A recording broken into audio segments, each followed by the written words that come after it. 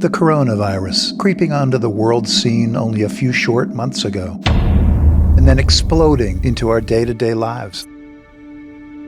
Every day we hear about the impact of corona and COVID-19 on, well, almost everyone. But how is it affecting disabled individuals?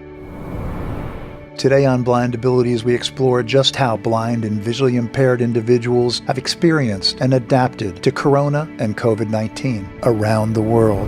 This is Chichao from Malaysia. Hi, my name's Steve and I'm from England. My name is Elise Lonsdale and I'm from Melbourne, Australia. Hi, my name is Lori Thompson. I live in Minneapolis, Minnesota, which is in the United States. Hey everyone, it's me, Marlon Parieaho from Trinidad and Tobago. Hello, I'm Sherry Molengraf from Jacksonville, Florida. Hi, my name is Nick D'Ambrosio and I'm from Montreal, Canada. I'm Brooklyn and I'm from Sacramento, California. Greetings everyone, Brian Fischler from New York City.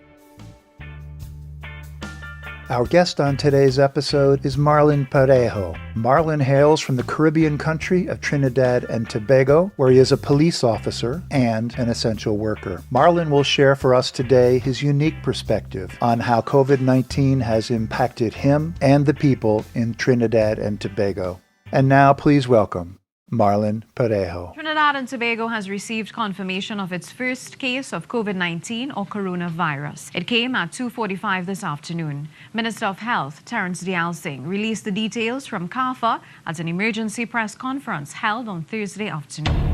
Government is again defending its decision to close T&T's international borders as a measure to curb the spread of the COVID-19 virus. Hey everyone, it's me, Marlon Parieaho from Trinidad and Tobago. And like everybody else in the world, we are also under the COVID-19 pandemic stress, for want of a better word. Our country, they are saying we are not in a state of emergency, but it sure feels like a state of emergency. They have closed all restaurants, bars, barbershops, and so on. And I think there was a big thing because they closed down KFC and a lot of people were upset about it. And people started to panic buy Kentucky Fried Chicken.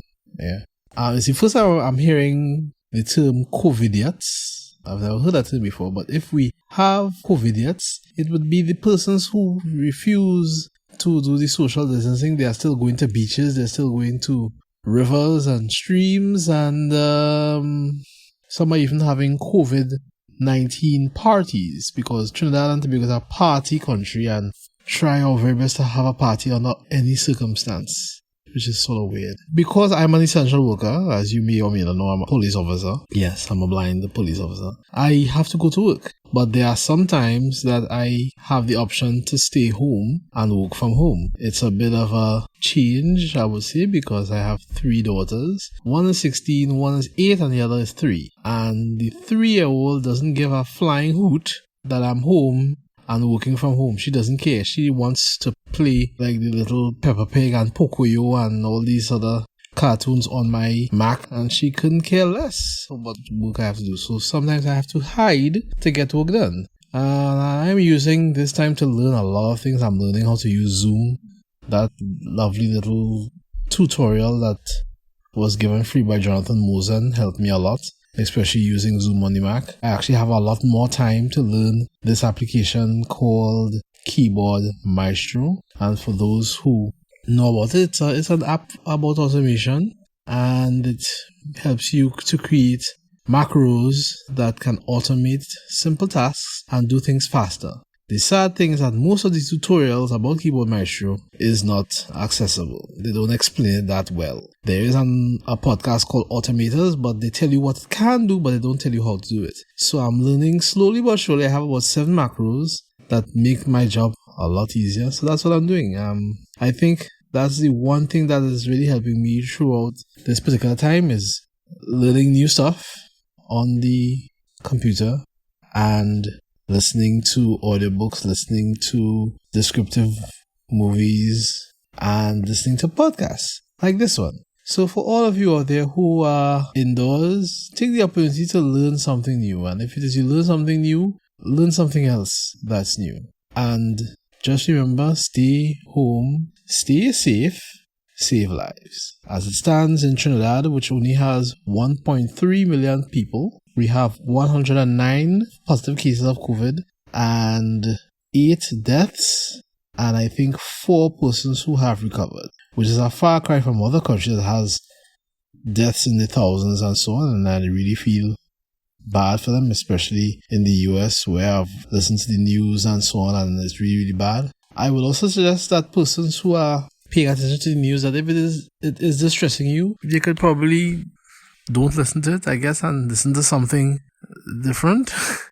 I mean, it's not that I'm telling you to, pretend that it's not there, but sometimes it makes the whole quarantining thing unbearable. So, ever so often, you could probably go out in your porch. I don't have a porch myself, but you can go to your porch, listen to nature, listen to the trees, listen to the birds and the bees, and probably in Serena's case, listen to the goats and so on, and try to make the best out of what you may have before you. This is Marlon signing out from Trinidad and Tobago. On Saturday, May 9, the Prime Minister Dr. Keith Rowley, he outlined the first 3 phases of the relaxing of COVID-19 stay-at-home measures. This concludes episode 4 in our series, Around the World with COVID-19 from a Blindness Perspective. We'd like to thank Marlon Parieaho for sharing not only his perspective, but those of the citizens of Trinidad and Tobago as well. Stay tuned for more episodes in our series. And from all of us here at Blind Abilities, through these challenging times, to you, your family, and friends, stay well, stay informed, and stay strong. Thank you so much for listening, and have a great day. When we share what we see through each other's eyes, we can then begin to bridge the gap between the limited expectations and the reality of blind abilities. The realities of blind abilities.